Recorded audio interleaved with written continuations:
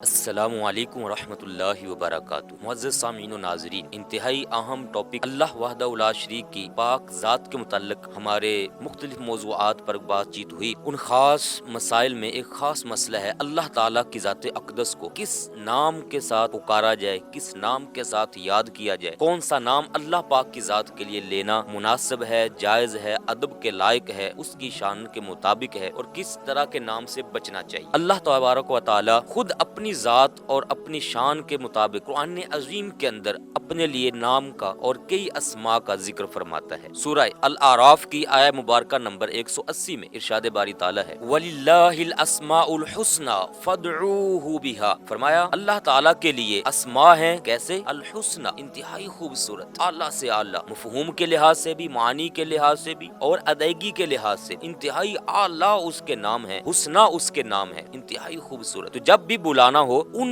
ناموں کے ساتھ اللہ تعالیٰ کو بلایا کرو، فَادْعُوهُ بِهَا، ان ناموں کے ساتھ اللہ تعالیٰ کو بلاؤ، اللہ تعالیٰ کو پکارو، اللہ تعالیٰ کا ذکر کرو۔ اللہ وحدہ لا شریک سبحانہ و تعالیٰ پاک ذات ہے، تو فرمایا مجھے ان ناموں کے ساتھ یاد کرو۔ خود اللہ پاک سکھا رہا ہے کہ میرا نام کس طرح سے لینا ہے۔ ایک دوسرے مقام پر اللہ تعالیٰ کا ارشاد عظیم ہے، سورہ بنی اسرائیل آیہ مبارکہ نمبر 110 میں، فرمایا قُلِ ادْعُوا اللَّهَ أَوِ ادْعُوا الرَّحْمَٰنَ أَيَّمَّا تَدْعُوا فَلَهُ الْأَسْمَاءُ الْحُسْنَى، فرمایا اے میرے حبیب صلی اللہ علیہ وسلم، آپ ان کو فرما دیجئے کہ مجھے اللہ کہہ کر بلاؤ یا رحمان کہہ کر بلاؤ، یہ میرے نام ہیں، اور میرے اور بھی بڑے نام ہیں جو حسنا ہیں، انتہائی اعلیٰ ہیں، خوبصورت ہیں۔ فرمایا میرے ان ناموں کے ساتھ بلایا کرو جو میرے اعلیٰ اور حسنا نام ہیں، جن میں معنی بہترین ہو، مفہوم بہترین ہو، کوئی کسی بھی لحاظ سے دوسرے مفہوم کا کمی والا معنی اللہ تعالیٰ کی ذات اقدس کو بلاتے ہوئے، اس کا نام لیتے ہوئے بھی مفہوم اور ذہن میں نہ آئے، ایسے الفاظ، ایسے نام اللہ پاک کی ذات کے لیے بولے جائیں۔ ایک اور مقام پر کیا کمال انداز اللہ وحدہ لا شریک نے اپنایا، سورہ الحشر کی بالکل آخری آیات طیبہ 21، 22، 23، 24 تک، یہ ارشاد عظیم اللہ پاک فرماتا ہے کہ مجھے بلانا ہے تو میرے ناموں پر غور کرو۔ کیسا؟ فرمایا میں رحمان ہوں، میں رحیم ہوں، اور فرمایا میں ہی اللہ ہوں، اور کمال کا انداز پھر آگے اللہ پاک نے چلایا، فرمایا دیکھو میری شان کیا ہے، المالک، القدوس، السلام، المؤمن، المہیمن، العزیز، الجبار، المتکبر، میں یہ میرے نام ہے۔ فرمایا میں ہی وہ اللہ ہوں جو خالق بھی ہوں، الخالق اور الباری، المصور،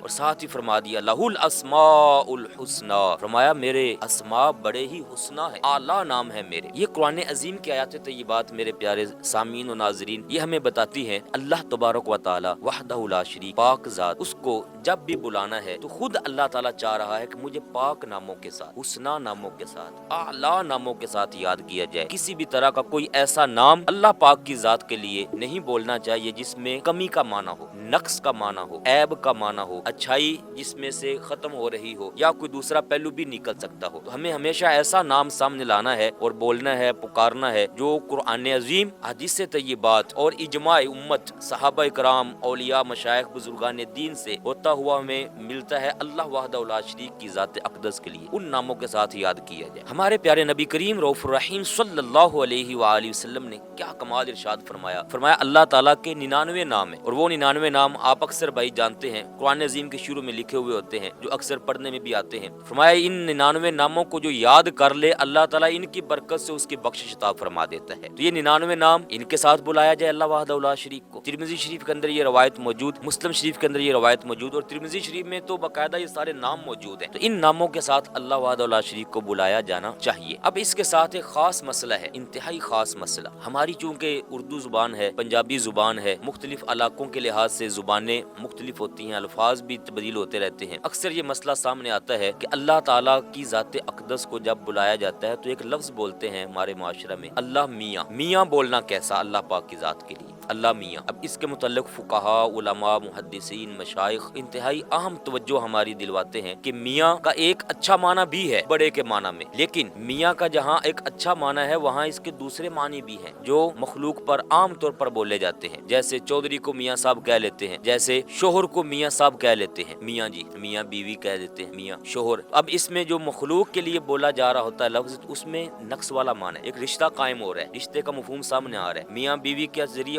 اولاد ہوتی ہے، اولاد کا مفہوم اس میں شامل ہوتا ہے میاں کا، اور چودھری صاحب، اب اس کا مطلب ہے اگر کوئی چودھری ہے، میاں صاحب ہے، تو چودھری سے بھی بڑا بھی کوئی چودھری ہوتا ہے، چودھری سے چھوٹے چودھری بھی ہوتے ہیں۔ تو یہ مفہوم اللہ تعالیٰ کی ذات اقدس کے لیے ہرگز مناسب نہیں ہے کہ جہاں ایک اچھا معنی ہوگا بڑے کا، تو وہاں یہ باقی کے جو نقص والے مفہوم ہیں وہ اللہ پاک کی ذات کے لحاظ سے ہم ہرگز نہیں بول سکتے، استعمال نہیں کر سکتے، ان کو مراد نہیں لے سکتے۔ تو اس لیے اللہ پاک کی ذات کے لیے ایسا لفظ بولنا بھی نہیں چاہیے، علماء نے اس سے منع فرما دیا، مت بولو اللہ میاں، بلکہ کہو اللہ سبحانہ و تعالی، اللہ جل شانہ، اللہ عز و جل، اللہ تبارک و تعالی، وہ بلندیوں والا، شانوں والا ہے۔ اسی طرح ایک دوسرا لفظ بولا جاتا ہے اللہ سائیں، اللہ سائیں بول دیتے ہیں، اور یہ اکثر جو سندھ کا علاقہ ہے وہاں پر یہ لفظ مشہور ہے، اور ہمارے سننے میں بھی ادھر آ جاتا ہے۔ تو اب دیکھیے سائیں، اس کے بھی کئی مفہوم ہیں۔ سائیں یہ درویش کو بھی کہہ دیتے ہیں، درویش اور سادہ آدمی، فقیر آدمی، اور سائیں ہمارے معاشرے کے اندر ایسے بندے کو بول دیتے ہیں جو کم عقل ہو، بے وقوف ٹائپ، کہتے ہیں سائیں ہو گئے، سائیں ہے تو اس طرح کے لفظ بول دیتے ہیں۔ تو سائیں کا مطلب کمی مفہوم کے اندر غلط معنی کے لحاظ سے بھی اس کو بولا جا رہا ہے۔ اب جس لفظ کے اندر کمزوری آ رہی ہے، کمی آ رہی ہے، معنی کے اندر عیب بھی پایا جا رہا ہے، تو اگرچہ اس کا ایک معنی